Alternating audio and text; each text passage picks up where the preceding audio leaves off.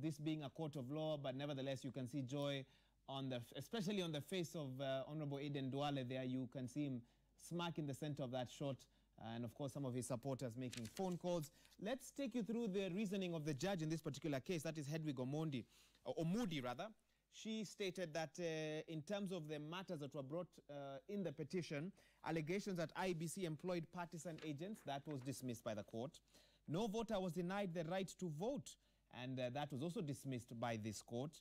That the petitioner failed to link Duale to bribery allegations, that was the view of the court on the same matter. Allegations that public servants campaigned for Duale, the court decided remained as mere allegations according to the evidence that was presented before them. And there's no evidence to show that voters were influenced to vote for Aden Duale, in this case, the third respondent. So that is how this matter is concluded before the courts. The election of Aden Duale, Garissa Township Member of Parliament and leader of the National Assembly, has been upheld, and the petition against him has been dismissed. We're also waiting for other rulings in different parts of the country. We know that in Migori, a petition filed by former Cabinet Minister Ochilo Ayako against the Migori Governor Okoth Obado the ruling will happen today at about 12 noon.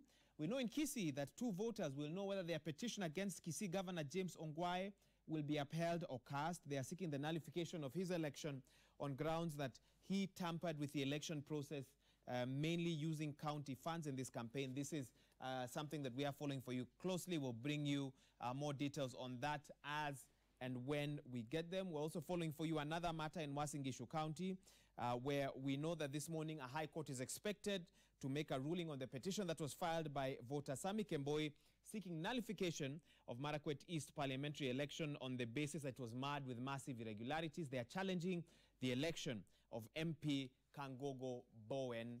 And we'll also be taking you to Uasin Gishu. We're taking you to Kisii as soon as we have any updates from the courts there.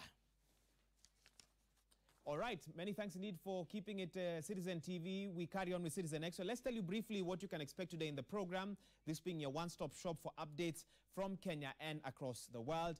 First things first, let's talk about Kenya's public debt.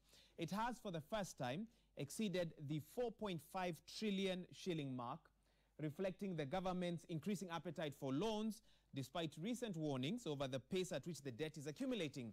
Concern over Kenya's debt load is mainly hinged on the fact that its rate of increase is way ahead of revenue growth, indicating the widening gap and mounting pressure on the government's capacity to repay loans. Well, we discuss this second Eurobond and its implications shortly.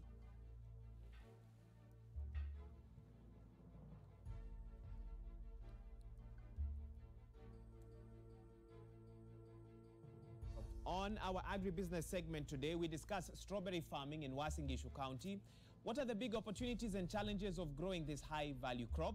Some say that this crop has great potential because it can grow in almost every part of our country, provided there is constant water supply and stable temperatures. Find out more about this later on in the program.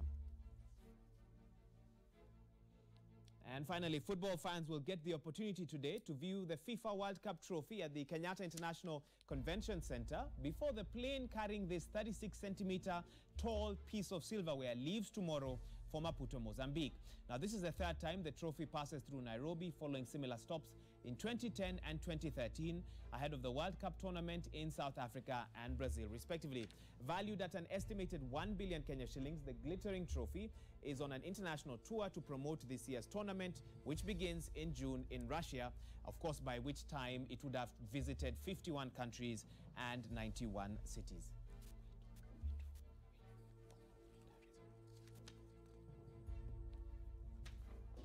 All right, let's tell you a little bit about which events you can expect today across the country. We start at Continental House. Let's put up the events diary right now, just for the benefit of Kenyans. We know that at the Muguga headquarters of the Kenya Forestry Research Institute, CS Ministry of Environment and Forestry, Keriako Tobiko, is expected to meet with the Board of Management of the Kenya Forestry Research Institute, KEFRI. That function was supposed to start at 8:30 a.m. There are various issues they'll be discussing, include the logging ban and Kenya's forest cover. Meanwhile, the Southeastern Kenya University, SEKU, will hold its 5th graduation today. It's supposed to start at 8:30 a.m. It was supposed to start an hour ago. The PS, State Department for University and Research, Dr. Josephat Michenintiba, is the chief guest.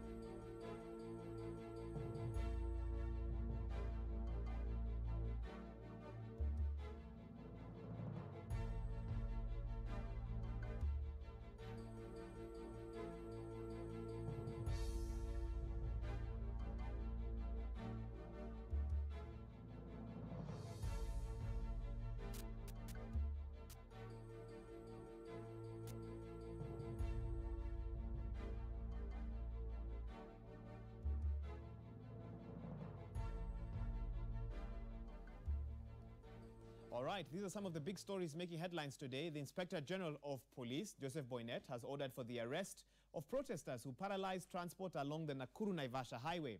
The protesters were decreeing harassment by the Kitui County officials following a ban on charcoal kilns and transportation last month, which led to one of the traders' lorries being banned slightly over 2 weeks ago. Now, motorists were stranded for over 10 hours after some of their vehicles had their tires deflated.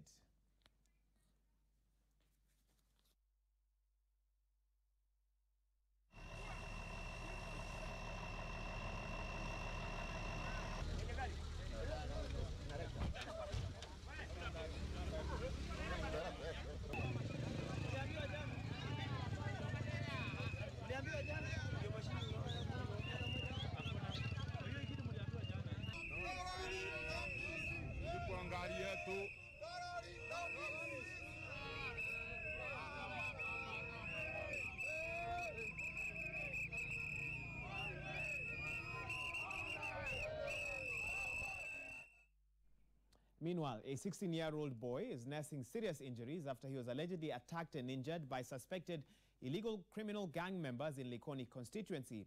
According to the boy's mother, Hassan Aswar Kasim was attacked at around on Monday evening as he was sitting with friends outside their home. She claims Hassan was attacked by a gang of youths armed with machetes and crude weapons who left him for dead.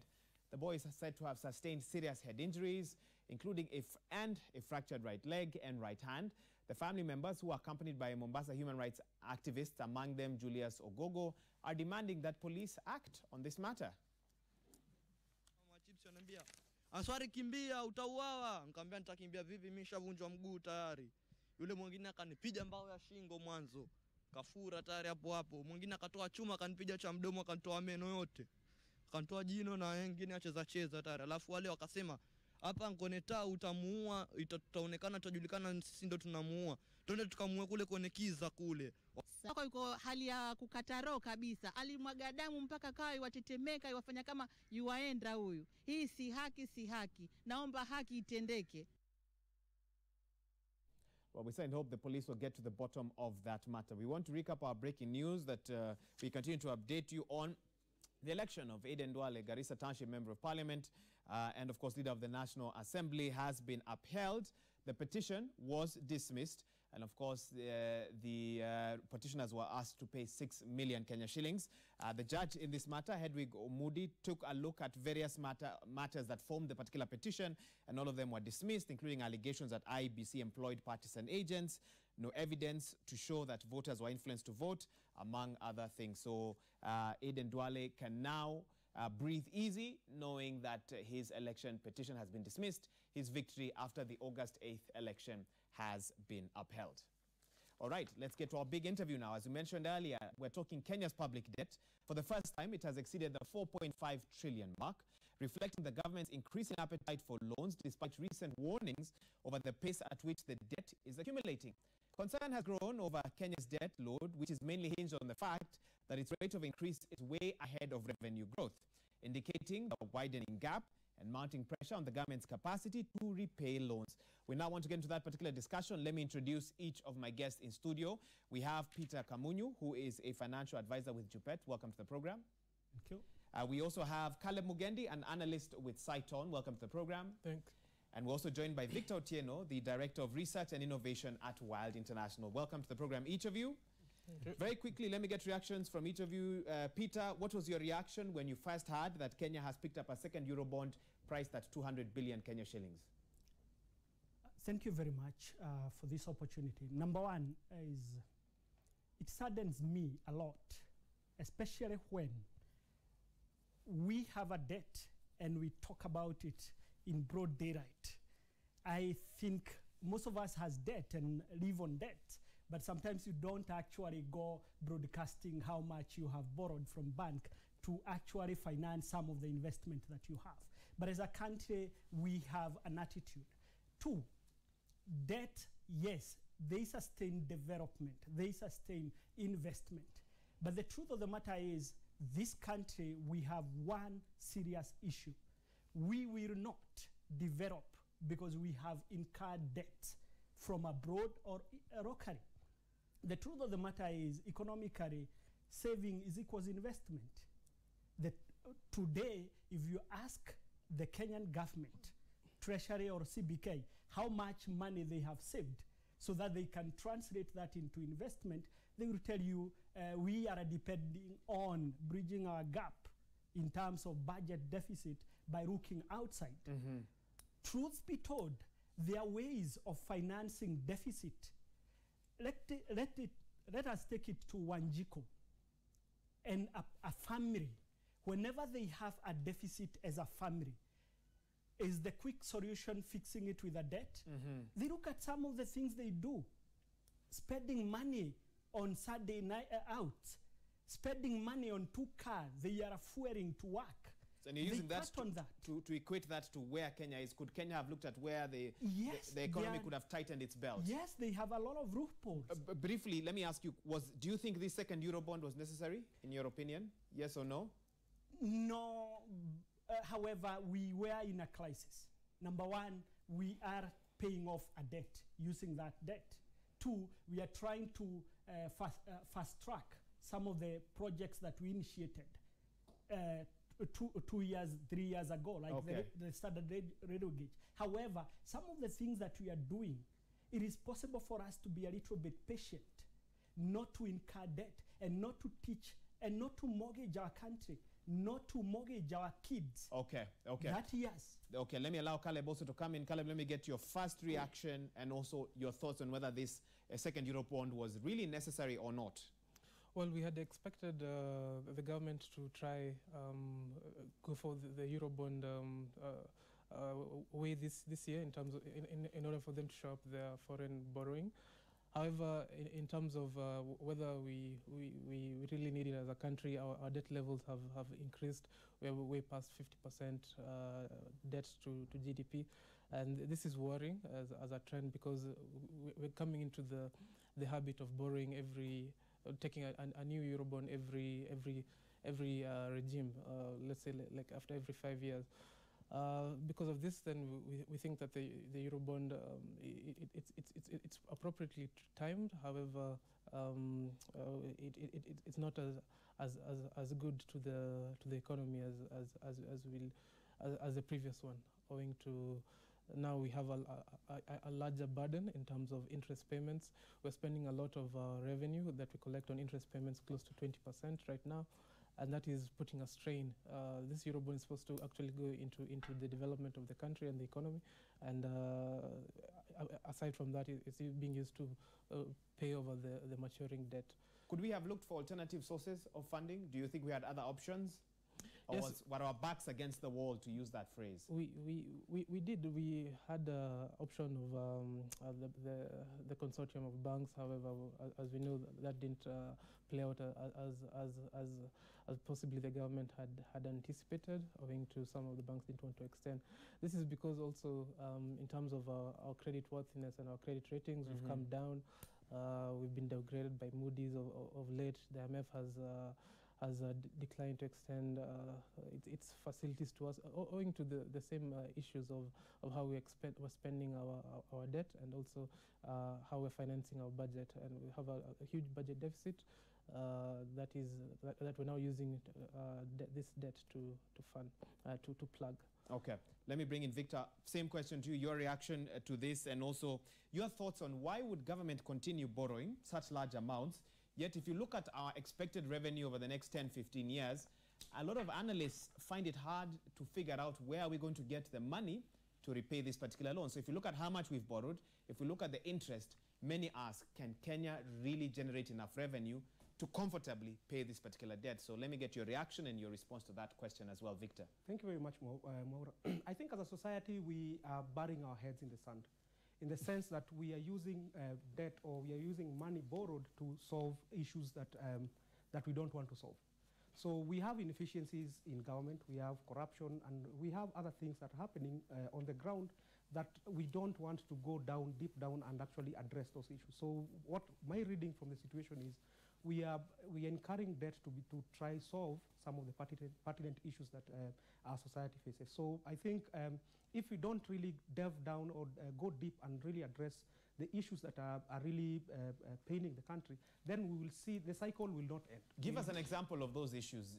Don't talk in generality, be specific. Tell us, for example, this is one issue that you feel we are not tackling For properly. example, we always take the assumption that if you do infrastructure investment in the country, it will increase revenue generation. What I think is government should holistically look at its position in terms of what role can it play to catalyze economic development. Infrastructure investment is one of the ways through which government can catalyze, but is not the only way. And it's always expensive, investing in infrastructure. I think if we are to look at issues around laws on tax, laws on building code, these are things, if government were to focus on, probably would spur more economic growth rather than looking at putting money in infrastructure. Okay, let me come back to you, Peter. There is a danger that in this particular interview in studio, we are going to talk very big terms, fiscal spending, etc., while a person watching at home might be trying to figure out, how does this affect me? So where does all this leave the ordinary Kenyan? Are they bound to simply pay for a debt whose impact they may not feel? Or is there any way that they can benefit from this Eurobond, because whether we like it or not, it's coming? The deals have already been signed by those who are in office representing us, and so sort of now what's the way forward? Good. I do want to believe that the common Kenyan person, a number of out of all these resources, some are going to trickle down to the counties, they're going to trickle down to the grassroots. We are in a devolved system right now. Some of this money is going to be used on railway line, the SGR. It's going to be used to do roads. And on the roadside, Mama Wanjiko or a simple Akech can be able actually to now fry their own fish. They can be able to prepare mandazis and uji and supply to the guys who are going to be working on this project. So to one aspect, strategically, if you don't just look at this and criticize it and fight all over the world, you're talking about Eurobond and Eurobond, instead of looking at it as something that I can be able to utilize to help generate income for myself. I know people who are now millionaires because they sold chapatis and uji along Thika Road when it was being constructed. There are people who are making a lot of money just by supplying water along the SGR line. So there are a number of things that a common Mama Wanjiko, a Kech, a Koth, anybody can be able to take advantage of this because it is here with us, and we have to look for ways of generating some revenue for us. The only problem is, will our government be able also to tap from these people, get some revenue in terms of tax, and be able to pay back the facility that we have? I sympathize for the kids that are coming 30 years from today. The child who is that 1 year today, in 30 years, they will be paying for this financing. one that they did not get the chance to publicly participate in when it was being looked for. And of course, to you watching 2243 is our SMS line. What do you think about the new Eurobond that Kenya has taken, 202 billion Kenya shillings? Your thoughts on whether, I mean, in terms of repayment and this whole discussion in generality. You talk to us and I'll read some of your SMSs on social media as well. Use the hashtag #CitizenExtra and I'll keep looking at your feedback and reading it as and when I can. Let me come to Caleb now. So let me read you a tweet by Bloomberg Africa correspondent Paul Wallace. He yesterday tweeted, Senegal is also getting a Eurobond. It's on a US and European roadshow for the sale of 10 and 30-year euro and dollar debt from tomorrow. Ghana and Cote d'Ivoire also want to issue a Eurobond soon. Egypt, Nigeria, and Kenya have already done so. What does this say about African nations? Are we broke, one? Or is it a copycat syndrome, if you look at what's happening on the continent? Or are citizens of African nations demanding development without asking where is the money coming from? So if Kenya gets a railway, Tanzania then wants a railway, Uganda wants a railway. So the citizens pressure the government, we want a railway like other nations, yet nobody quite asks, this money that's coming in, who's going to pay for it? How much is the interest rate on those loans? Help us think through some of these thoughts as you look at the African continent.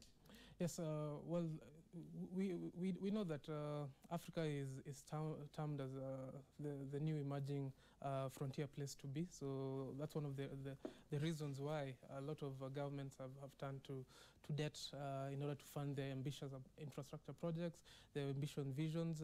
They want to become industrialized nations and advanced economies and the like. So there's a lot of borrowing. Also, I would like to also bring into note the timing. This year there have been a lot of issues.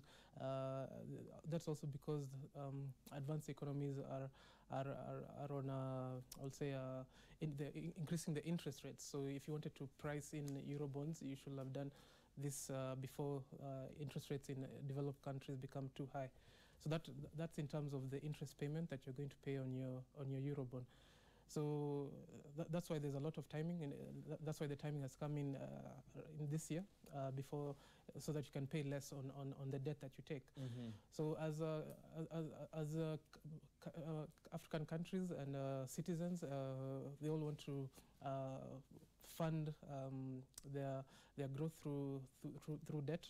It's not always the most sustainable path to go about it. However, in terms of all these Eurobonds and the borrowing, it should actually eventually lead to an increase in the gross domestic product, in revenues in the country, in economic growth. So when you use the Eurobonds to fund development and activities that actually lead to economic growth, then your population is able to sustain the debt repayments of that same said debt. Caleb, allow me to interrupt you there. I need to take our viewers to the Milimani Law Courts, where Farah Malim, who was the petitioner in this particular matter challenging the election of Aden Duale, is speaking. Let's listen in. I respect it, and it has to be the cardinal, sanctified